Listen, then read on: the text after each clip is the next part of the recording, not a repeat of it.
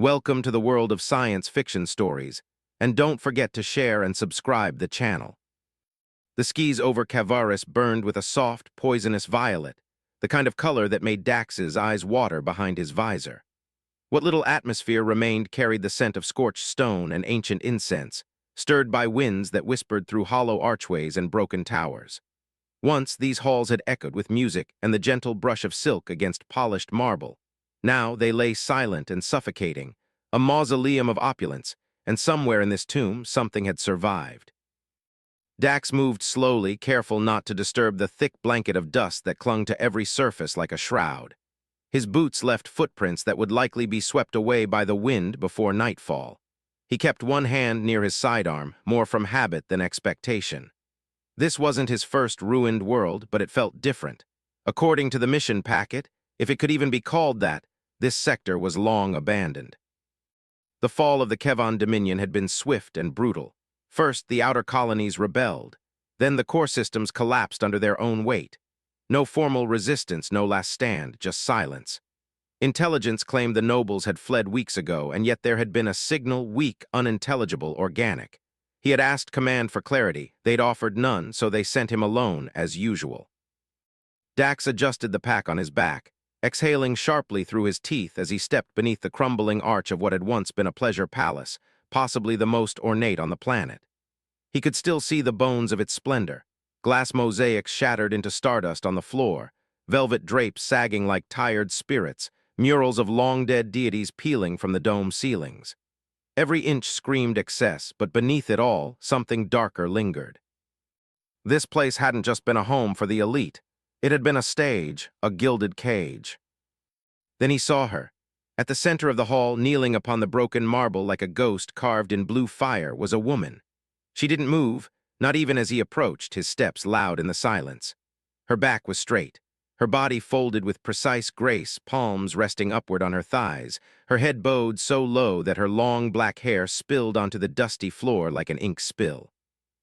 She wore layers of ceremonial fabric, their once lustrous sheen dulled by time, the folds arranged meticulously despite the ruin around her. It wasn't her stillness that unsettled him. It was the tension coiled beneath it, like a wire stretched to the point of breaking. Then she spoke, "Please." Her voice trembled, laced with an accent that made the words feel foreign even though they were in common. "Let me serve you." Dax halted mid-step. She hadn't looked up. She wasn't trying to negotiate or beg for her life. She wasn't even reacting to his presence like a person encountering another person. She was reciting, performing, kneeling in prayer to a god she didn't know. He raised his hands slowly, stepping into the light that filtered down through a cracked dome above them. "You don't have to do that," he said gently. "I'm not here to hurt you." Still, she didn't move, only her breathing shifted, shallow, uncertain. Dax crouched, removing his helmet with a quiet hiss. He set it aside, letting her see his face, human, weather-worn, tired. "I'm not your master," he said.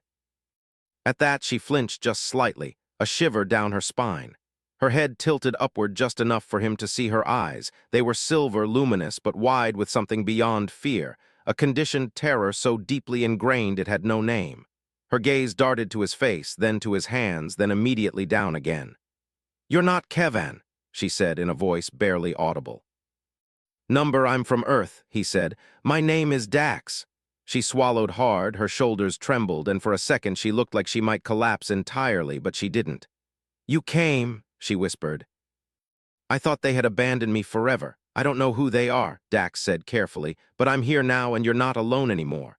That made her flinch again. He set his pack down, unzipping it with deliberate slowness. He took out a heat blanket, some purified water, and a soft-wrapped ration bar. She didn't move. He placed them beside her on the floor. "These are for you. You don't owe me anything."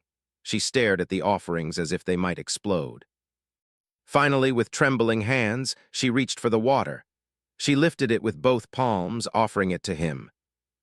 Dax blinked. "Number, it's for you, please." Confusion flickered across her face. She looked down at the flask again, then slowly, hesitantly lifted it to her lips.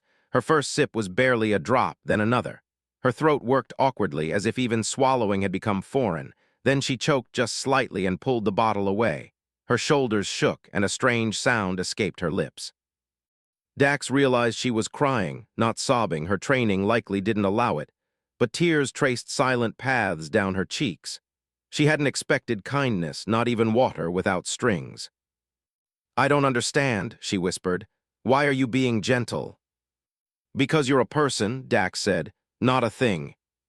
She stared at him, stunned, and for the first time he saw something flicker behind the layers of conditioning, something like a question. He sat across from her, careful to leave space. "What's your name?" Her lips parted, her voice faltered. "Sela," she frowned. "I think that is what they called me. I don't know if it's truly mine." He nodded slowly. "Then let's start there." They sat in silence, dust danced through the light between them. "Why are you alone in this place, Saw?" Her eyes dropped. "The nobles fled, the guards turned on each other. I hid. I waited for someone to come back for a master," she whispered. "I thought I had no worth without one," Dax inhaled, steadying himself.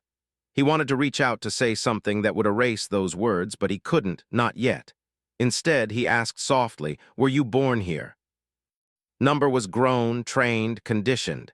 She said the words without emotion, like reading from a manual. "I was taught to serve, to please, to obey without hesitation. Did they ever let you choose anything?" Sailor blinked. "That, more than anything, seemed to confuse my choice. It was dangerous, rebellious, wrong, and that, Dax thought, was the true scar." She was breathing freer now, but she kept glancing at him, unsure whether she'd broken a rule that might earn her punishment. He leaned back, legs stretched out, one arm propping him up.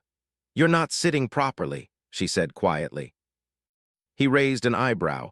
"What do you mean? A male, especially one of rank, should sit with form, authority. That posture is relaxed, informal, and that's bad." She hesitated.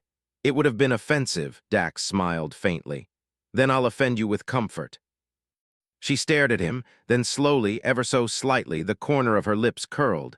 Not quite a smile, but close. And it felt like the most important thing he'd seen all day. As night deepened over Kavaris, Dax set up camp in a sheltered alcove just beyond the main hall. Sailor curled on the far side of the blanket as though afraid to share too much space. He didn't argue, let her choose the distance, let her learn what safety felt like. Just as his eyelids began to drift shut, he heard her voice, soft and unsure. "Thank you for not touching me without asking." He turned his head slightly, meeting her eyes in the dim glow of the lamp. "You never need to be afraid of me, Sailor. Not now, not ever." She didn't answer, but closed her eyes, exhaled, and slept. Dax lay awake a little longer, staring at the stars above the broken dome, wondering why Command had really sent him here. Something wasn't right, and the woman beside him, this fragile, beautiful being sculpted by a dead empire, might be the key to unraveling it. He didn't know if he could save her, but he would not leave her behind. Dawn broke gently over the shattered skyline of Kavaris, casting a golden blush over ruins that had forgotten what morning looked like. Light trickled through the cracks in the dome above, catching on floating dust and fractured glass like falling stars. For a moment, the palace didn't look like a grave. It looked like a cathedral, silent, aching, and sacred. Dax woke before the light touched his face, old habits urging him to open his eyes and let his senses settle. The quiet was still absolute, no movement, no voices, just the steady breath of the wind slipping through marble bones. He turned his head. Sela lay curled at the far edge of the heat blanket, her hands tucked beneath her cheek, one bare foot visible beneath the hem of her ceremonial silks. Her long black hair, loosened from its braids in the night, spilled around her like spilled ink. Even in sleep, her posture held traces of constraint, knees drawn in, shoulders tight, as if resting too openly might bring punishment. He watched her for a moment longer, wondering again how long she'd been alone here, weeks, months, and what kind of mind could endure that silence and still reach for someone instead of hiding from them. She stirred, her breath caught, then her eyes fluttered open, silver wide, alert. In an instant, when she saw him watching, she jolted upright. "I'm sorry," she said quickly, her voice low. "I didn't mean to fall asleep. I should have stayed awake. I should have." "You're fine," Dax said, sitting up slowly. "You needed rest, that?" aloud. She blinked, confused, her lips parted as if to argue, then pressed shut again. "Are you hungry?" he asked. She hesitated, then nodded once he passed her a warm ration pack from his satchel. She took it with both hands, again bowing her head slightly. He didn't stop her this time, not yet. Sailor peeled back the wrapper with practiced grace, though she clearly didn't recognize what was inside. She sniffed at the contents, a blend of protein, grain, and mildly spiced vegetables before glancing at him for approval. "It's food," Dax said with a soft smile. "Not the palace kind, but it'll keep you on your feet." She nodded and took a cautious bite. He watched the way her shoulders eased with the first taste, not pleasure, not yet, just relief. She was used to hunger. She ate slowly, ritualistically. Every motion was elegant, deliberate, as if she expected each meal to be judged. When she finished, she folded the wrapper neatly and placed it beside her knees. "Thank you," she whispered. Dax took a sip from his canteen, then leaned back against a toppled column. "Can I ask you something?" he said. Sailor nodded, eyes still lowered. "Why did you think I was here to own you?" She looked up at him for real this time, no more glances, just a steady, searching stare. "Because no one comes to this place without wanting something," she said, "and I was left behind, which means I am unclaimed." The words hit harder than they should have. "I don't think people can be claimed," Dax said, "not where I'm from." She tilted her head slightly. "But you are male, you carry rank, you wear command." "I carry a lot of things," he said, "but I don't carry ownership of anyone." She seemed to be trying to make sense of it. The math didn't add up in her world. Authority meant control, hierarchy, submission, not kindness. "You didn't want me?" she asked, barely a whisper. "No," Dax said, his voice soft but firm. "I wanted to find out if anyone needed help." She looked away, lips trembling. "I'm not useful without purpose," she said. He shook his head. "You're still breathing, that's purpose enough for now." She sat in silence, not withdrawn but thoughtful. Something shifted in her posture, subtle but real. Less tension in her shoulders, her fingers uncurling slightly from where they gripped her knees. Outside, a distant rumble echoed through the valley, not thunder but a shuttle. Dax stood, shielding his eyes and scanning the horizon through a gap in the dome.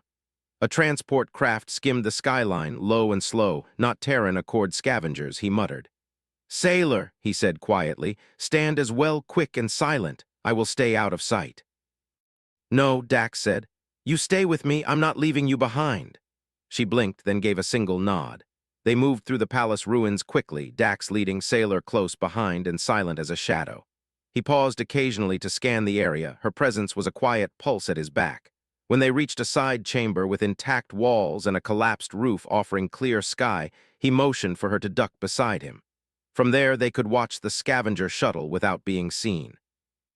It drifted low, scanning with external sensors, but it didn't land.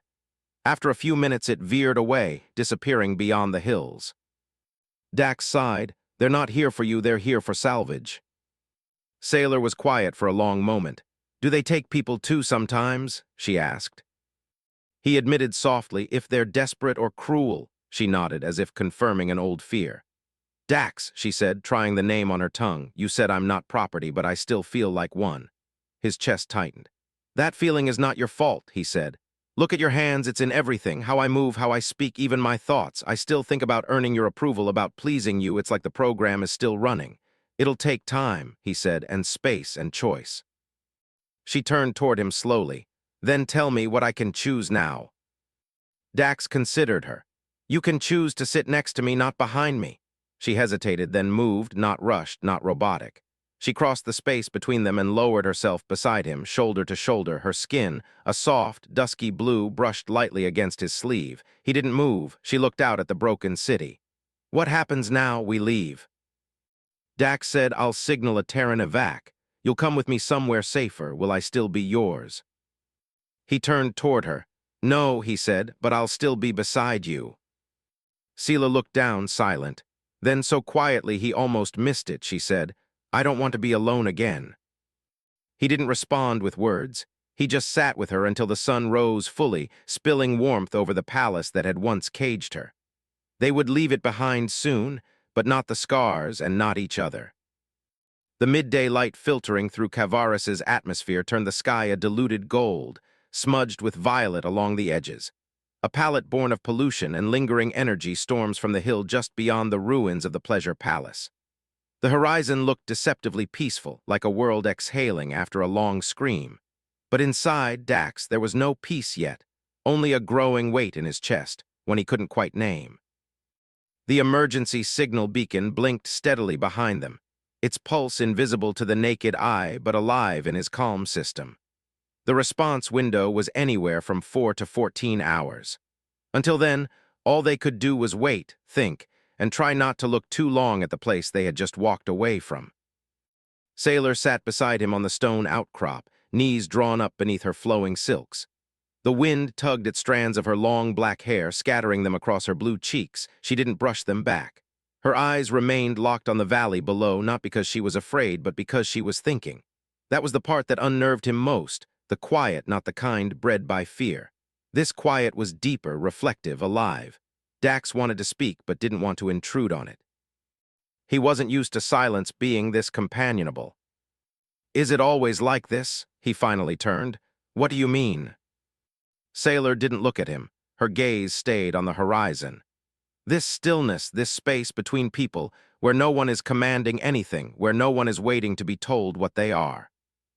Dax watched her for a moment before replying, "Not always, but it's what I want. It's what I try to live in." She pulled her knees tighter against her chest. "It feels wrong because it's unfamiliar," she gave a slow nod. "It's like I'm suspended without gravity." He wanted to touch her to reassure her, but he stayed still. Let her keep that gravity. Let her be the one to reach if and when she wants to. "I don't know who I am when no one's watching," she admitted. "When no one's assigning my worth." "You're not alone in that," he said. "Most people feel that way, we just pretend we don't." This time she did look at him. Her silver eyes shimmered, not from tears, but from sunlight. Her expression wasn't blank anymore, it was searching. "I remember something strange," she said. "Before the palace, when I was still in training, they brought in a human, a male, to test our reactions. He didn't speak the same language, but he smiled at me just a little." She paused. I smiled back. I didn't know that was wrong until later. Dax's brows furrowed. "What did they do?" he asked. "They made me repeat disciplined phrases for 3 days, then they cut off my language access for a week. I had no words, not in Keveran, not in any tongue. I was silent, even in my head. I forgot what my own voice sounded like," she said, "and now, I can't stop wondering if the way I speak now is really mine or just another voice they programmed into me." Dax's hand twitched. He wanted to reach out, offer comfort, but still he waited. "Can I ask you something?" she said. "Anything," he replied. She turned toward him slowly, visibly bracing herself. "Yesterday, when I asked if I could touch you, and you said yes, did you mean it, or were you just being kind?" He met her eyes without flinching. "I meant it." Her lips parted slightly, not in surprise, but with a gentleness like disbelief melting under sunlight. "I'd like to do it again," she whispered. "Not because I'm told, but because I want to." Dax nodded once, then do. Her hand moved slowly, delicately, like a petal testing the breeze. She brushed her fingers across his wrist, first barely a touch, then she let her palm settle gently against the back of his hand, feeling the warmth of him, the pulse beneath the skin. She closed her eyes for a breath. "It doesn't feel like I thought it would." "What do you feel?" he asked softly. "Real," she said, "like I exist in this moment, not as a statue, not as a function." He turned his palm upward, letting her fingers fall naturally into his. She didn't flinch, didn't draw back, and for several minutes neither spoke. The silence between them deepened, but not into distance. It became a thin yet real thread, woven in the open air between two people choosing to share space without demand. Eventually, she looked down at their joined hands and said, "You've seen war." It wasn't a question. Dax inhaled slowly, "Yeah." She didn't ask for details. Instead, she asked, "Did it change you?" He stared at the valley below. "Yes," he said, "in ways I'm still trying to understand. You don't act like someone who kills." "I don't want to be someone who does," she replied. "Is that why you came here alone, to escape it?" He shook his head. "I came because I thought there might be survivors, but part of me didn't think I'd find anyone, or maybe I didn't want to." Her fingers tightened slightly in his grip. "But you did," she said. "You found me." He turned to her, surprised by the strength in her voice. "I did," he agreed. A silence followed, a different kind from the others. This one hummed with something unspoken. She was close now, not physically, but in spirit, and he could feel it. Then her voice, soft as a breath. "What if I'm not ready to be more than what I was, but I want to be?" He swallowed the knot forming in his throat. "Then we take it slow," he said. "No expectations, no pressure, just steps together." She leaned in, her forehead nearly brushing his shoulder. "I think I'd like that." He didn't move or speak. He just let her rest there, fragile and strong all at once. As night fell again over Kavaris, a dropship arrived silently, like snowfall. It broke through the thin veil of Kevon atmosphere with a soft hum, its approach visible only by the twin blue thrusters cutting lines through the starfield above. Dax stood at the edge of the ridge, his beacon still pulsing at his feet, eyes tracking the vessel as it descended like a ghost returning to a grave. Sela stood behind him. She hadn't asked questions when the message had come through. She hadn't asked if she was allowed to leave or where they were going or what came next, but Dax had seen it in her body. The way her fingers trembled at her sides, the way her breath hitched as the shuttle door opened and light spilled across the stone. The real question wasn't whether she wanted to leave, it was whether she believed she could. The door hissed open. Dax turned to her slowly. "It's time, sailor." She stared past him into the warm glow of the shuttle's interior. "Isn't it grand?" she murmured. "It's not imposing, just functional, human, practical, a corridor that leads somewhere unknown." "Am I allowed to walk beside you?" she asked. His heart twisted. "You never have to ask that again." She took one step forward, then another, but paused at the edge of the threshold where cold stone met warm steel. Her breath came faster, eyes darting up to the ceiling of the shuttle, then the walls, then the floor. "It's not a cage," Dax said quietly. "I know," she replied almost inaudibly, "but part of me still checks for locks." He didn't push her. He just stood beside her until she moved on her own, stepping onto the ramp with the hesitant grace of someone crossing into another lifetime. The door sealed behind them and Kavaris disappeared. The jump to orbit was smooth and uneventful. The shuttle was piloted by a low AI automation system. No crew, no questions, no judgment. Just softly lit walls, cushioned seats, and a panel of glowing data screens that buzzed faintly. Inside, Sela sat curled in the passenger seat across from Dax, her ceremonial silks folded beneath her, hair tied back in a loose braid. She had not spoken since they'd lifted off. She watched the stars through the reinforced viewplate as if they might collapse under her gaze. Dax didn't press her. Instead, he let the silence work its way into the cabin, allowed it to settle, to stretch and breathe. When the engines went quiet and the stars stabilized, he finally spoke. "Have you ever been off-world before?" "What?" She didn't respond right away. Then slowly, "I don't know." He frowned slightly. "You don't remember?" "I remember being moved," she said. "Between buildings, between chambers, one transport was dark, cold. I think we left the surface, but I don't know where I was. We weren't told." Dax's voice was low. "Did you ever see the sky like this?" She turned her head toward him, and for the first time since they left the planet, she smiled, faint, fleeting, but real. "No," she said softly, "and it's terrifying." He chuckled softly. "It's also beautiful." "Yes," she agreed, "like something too big to touch, but not too far to feel." They sat in that moment a while longer, letting the stars wrap around them. Then softly she asked, "Will you tell me your story now?" Dax looked up, surprised. Sailor met his gaze with something more than curiosity. There was trust there, not just in him, but in her right to ask. He nodded. "I grew up on a colony called Erlon," he began. "It was a small outpost, dry, windy, you would have hated it." Her lips curved. "Probably because my parents were peacekeepers, not soldiers, protectors, negotiators. They worked for the Terran Accord. I thought they were invincible." He looked down at his hands. They were. Sailor tilted her head. "What happened? There was a riot, wasn't there?" He continued, "Some local miners revolted against contract conditions. My parents tried to intervene to keep things civil, but a stray blast hit the comm station and the roof collapsed." He stopped, drew a deep breath. "I was 12. Sailor said nothing, but her body leaned forward slightly. "I spent the next 6 years training," he continued, "because I wanted to be like them, wanted to help people, but not through weapons, through words. I thought peacekeeping was about listening, about preventing violence." Her eyes never left his. Then came the Ilusari crisis, a refugee fleet trapped in a demilitarized zone. "I was stationed there as a liaison. I thought I could talk both sides down," he recalled after another pause. Then an orbital defense grid activated too early. Thousands died. I was coordinating evac when the main channel cut off. I watched the fleet burn. Sailor's breath caught. I resigned the next day, he said. I never took a command role again, just cleanup work assessing collapse zones, quiet work like this. But you didn't run from the fire, she said. He looked at her. What? I stayed. I still go to places no one else wants to, even after everything.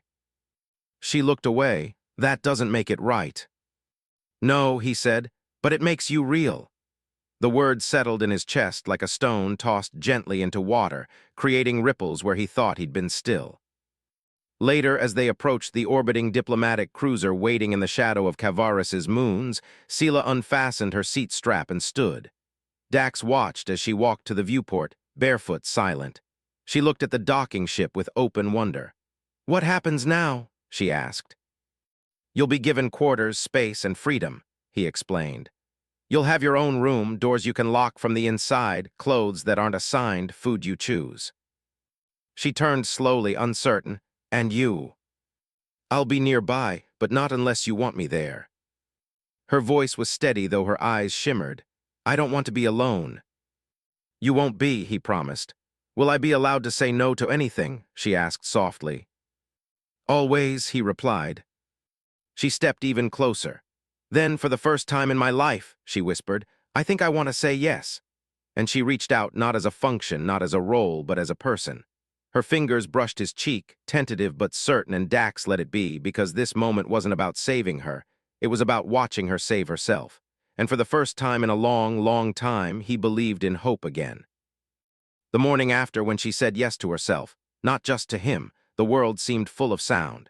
Not because it had changed, birds still chirped, wind still moved through the trees outside their hillside home, but because she had changed something within.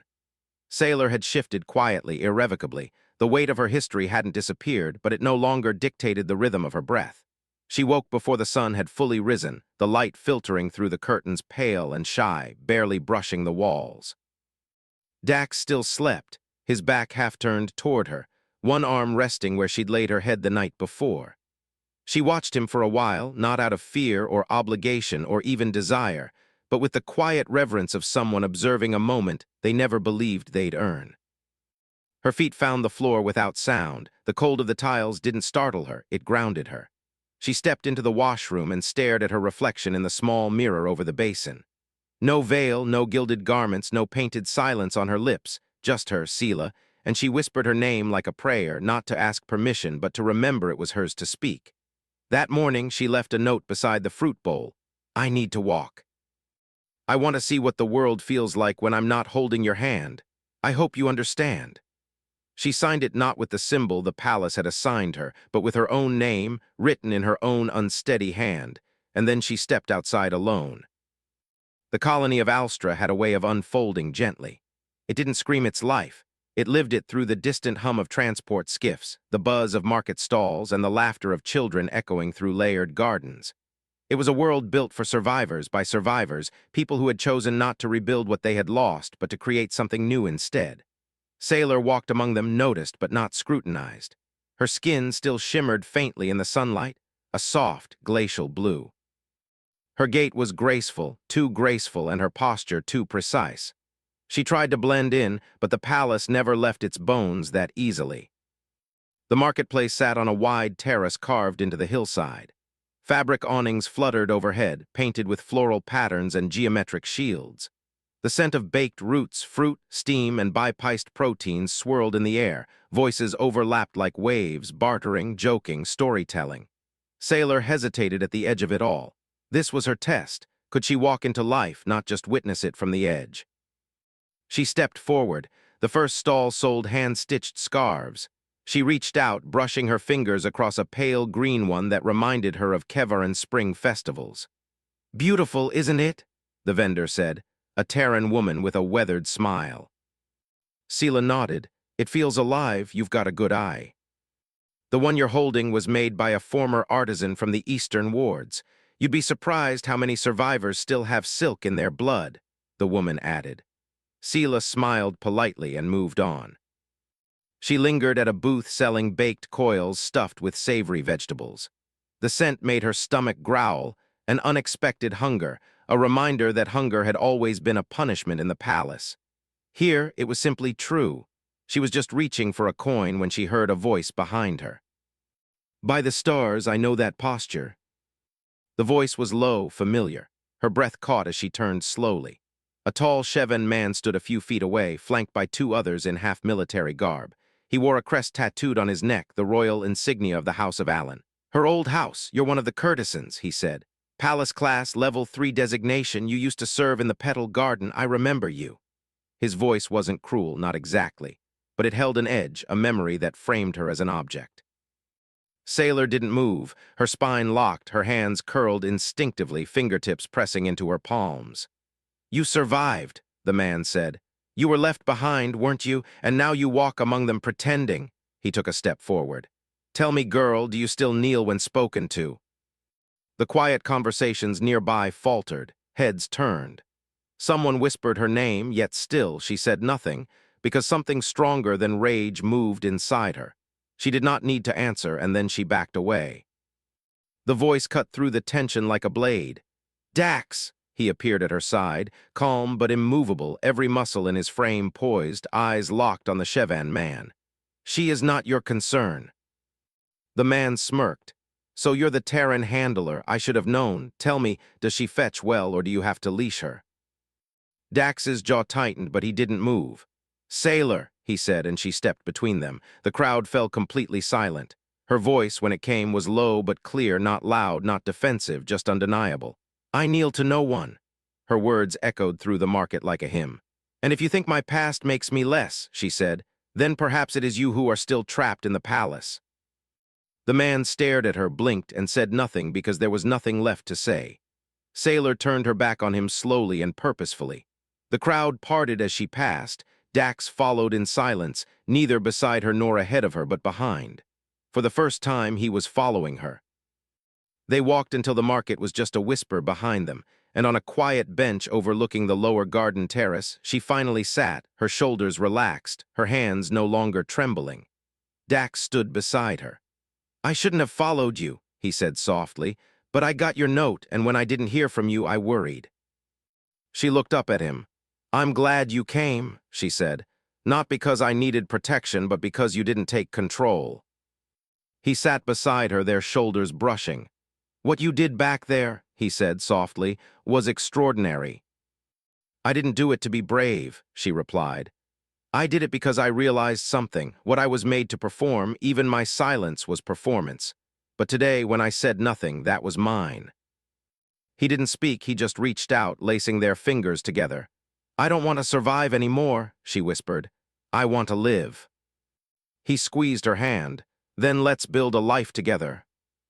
They sat as the sun dropped behind the curve of the colony horizon, casting gold and fire across the sky. And in that light, neither of them belonged to the past. They belonged only to each other, and to everything still waiting to be written. That evening the rain came softly, more like a hush than a storm, and it tapped gently against the wide glass panes of their shared hillside home, misting the world beyond in a pale silver veil. Sela stood barefoot by the window, her fingers tracing invisible lines across the cool surface, watching how each droplet made its own trail before joining the rest. Inside, the lights were low. Dax moved quietly through the kitchen, preparing tea the way she liked it now, strong, bitter, and laced with crushed blossom leaves. He didn't speak, he didn't need to. The silence between them had grown rich, not awkward, not heavy. It had been 2 weeks since the market, 2 weeks since she had spoken her truth aloud to strangers, 2 weeks since she had chosen to stop surviving and start living. Each day had been quieter but deeper, more about small things, folded laundry, shared meals, laughter over burnt bread, than the grand dramas of her past. And yet tonight something felt different. Sailor turned away from the window and faced him. "You didn't follow me today," she said. Dax looked up from the mugs. "You didn't leave a note this time." "Weren't you worried?" "I was." She tilted her head. "Then why didn't you come?" "Because I trust you," he said simply. Those words landed in her chest like soft thunder, quiet but changing everything. She crossed the room slowly, her bare feet silent against the floor, and took the cup he offered. The warmth seeped into her fingers. "I walked to the cliff path," she said. "The one with the benches facing the sea. I know the place. I watched a bird leap off the rocks," she said, wings wide. It wasn't afraid of falling. "You don't seem afraid of anything anymore." "I'm still afraid," she said, "but I'm no longer ashamed of that fear, and I'm not ruled by it." He nodded. "That's freedom." "No," she said softly, "that's healing." They sat together in the small nook by the fireplace as the rain kept its quiet rhythm outside.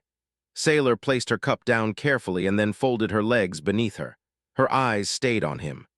"I've been thinking," she began, "about you, about me, about this." Dax waited. "I used to believe intimacy was something given to those who earned it, that touch was transactional, that affection was a prize." She reached up slowly, pressing her hand gently over her chest. "But this, whatever this is between us, it never felt like a prize. It felt like air, like something that just is." Dax leaned forward slightly, his voice low. "It is." Sailor met his gaze without looking away. "When you offered me that ring," she said, "I wasn't ready, not because I didn't want you, but because I didn't yet want me." He swallowed. "And now I want everything I was told I couldn't have."